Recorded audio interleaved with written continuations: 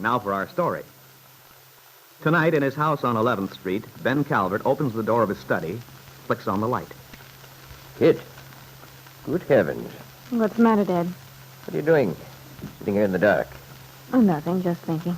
You gave me quite a jolt. I thought you were upstairs. I'm sorry if I startled you, Dad. Oh, it's all right.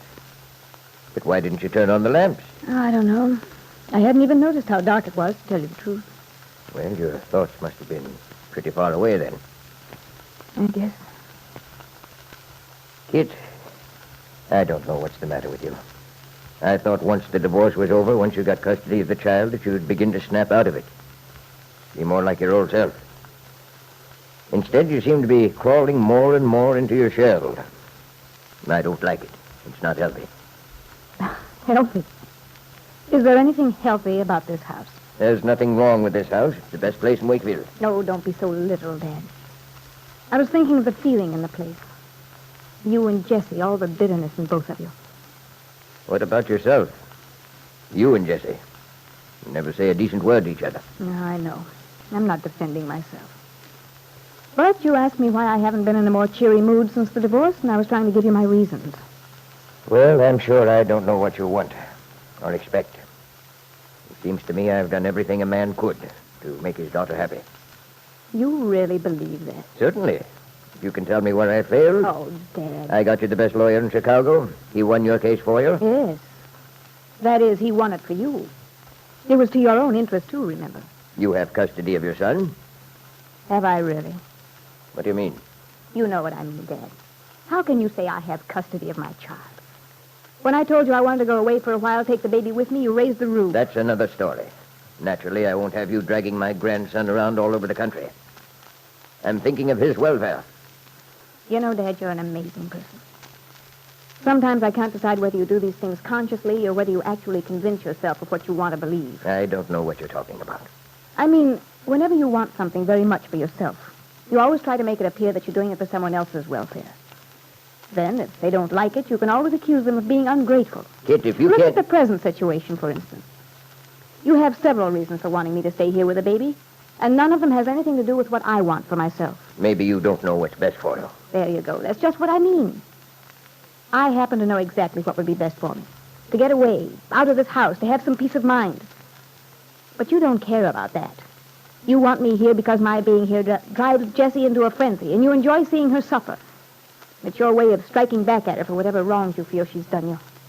I'll admit I don't mind giving Jessie a few uneasy moments. She has it coming to her. And the other reason you want me here is for your own ego. Because of the baby.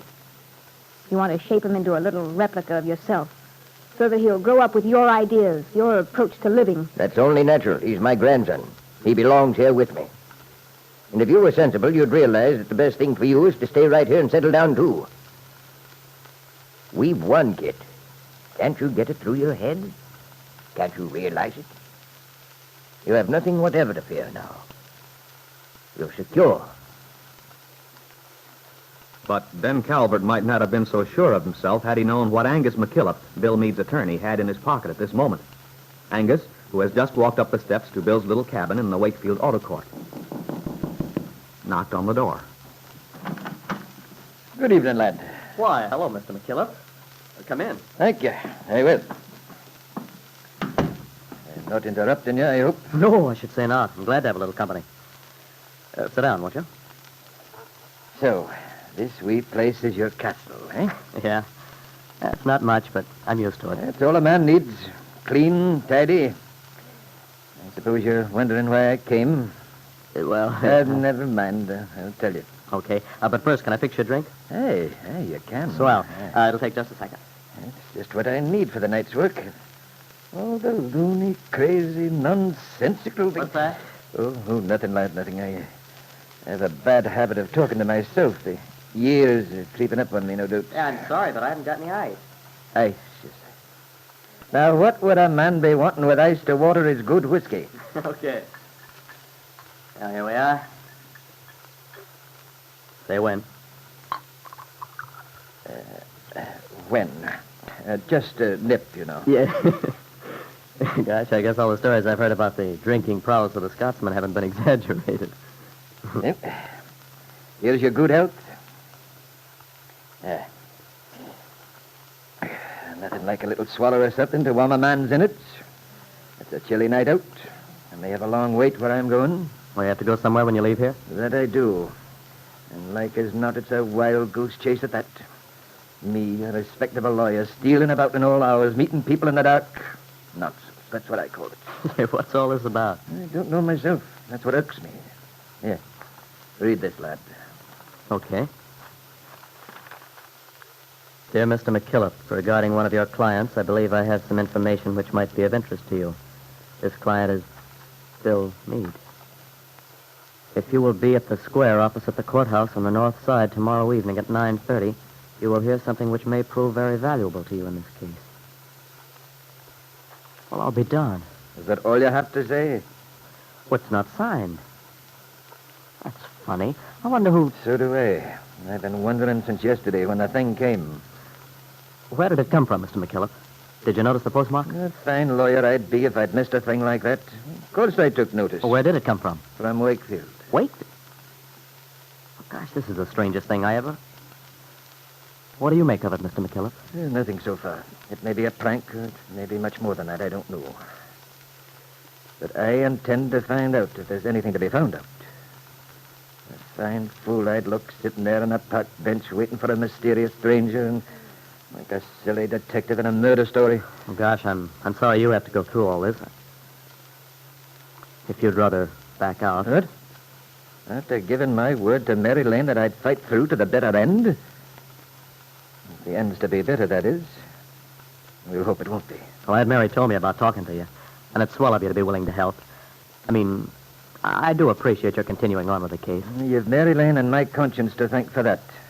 But never fear, I've given my word. I'll stick to it. I know you will. Aunt Mary feels very hopeful now. She says when you make up your mind to win a case... Don't raise your hopes too high. The higher you go, the further you'll have to topple from. Oh, yeah, but even so, I feel better than I have for weeks. Because if anybody can win custody of that son of mine for me, I know you can. I guess I don't need to tell you how much I'm hoping. No, you needn't tell me again, lad. You've made your feelings in the matter clear enough. It's not that I blame you. I know very well how you look at it, but what with your bairn being in charge of Ben Calvert, it'd be enough to give one bad dreams, thinking what that man would be teaching the boy as he grew up. Oh, that's what's been driving me nuts, thinking about it. It would be swell if there really were something in this letter business. Something which actually would help. I can't imagine what it could be. How could anyone know anything that would make any difference? I mean, anything that we haven't already thought about. That's what I don't know, lad. But I'll know very soon. Well, it's 9:10. I better be going. Well, thanks for letting me know what's happened. I'm sure curious to find out what this is all about. Will you let me know as soon as you can? Of course I will, lad. You've got a right to know what kind of foolishness this is, isn't? So I'll gather my long black coat about me and steal forth to the appointed spot. Well, good night, Mr. McKillop. And good luck. Good luck. Aye. We'll need it.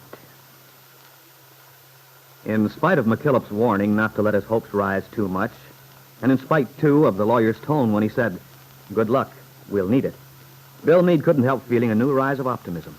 Perhaps, after all, the mysterious letter would prove to be helpful in his suit for custody of the baby boy he believed to be his own. But who could have written it, Bill wondered? Well, he'd have to wait for the answer to that until his next talk with Angus.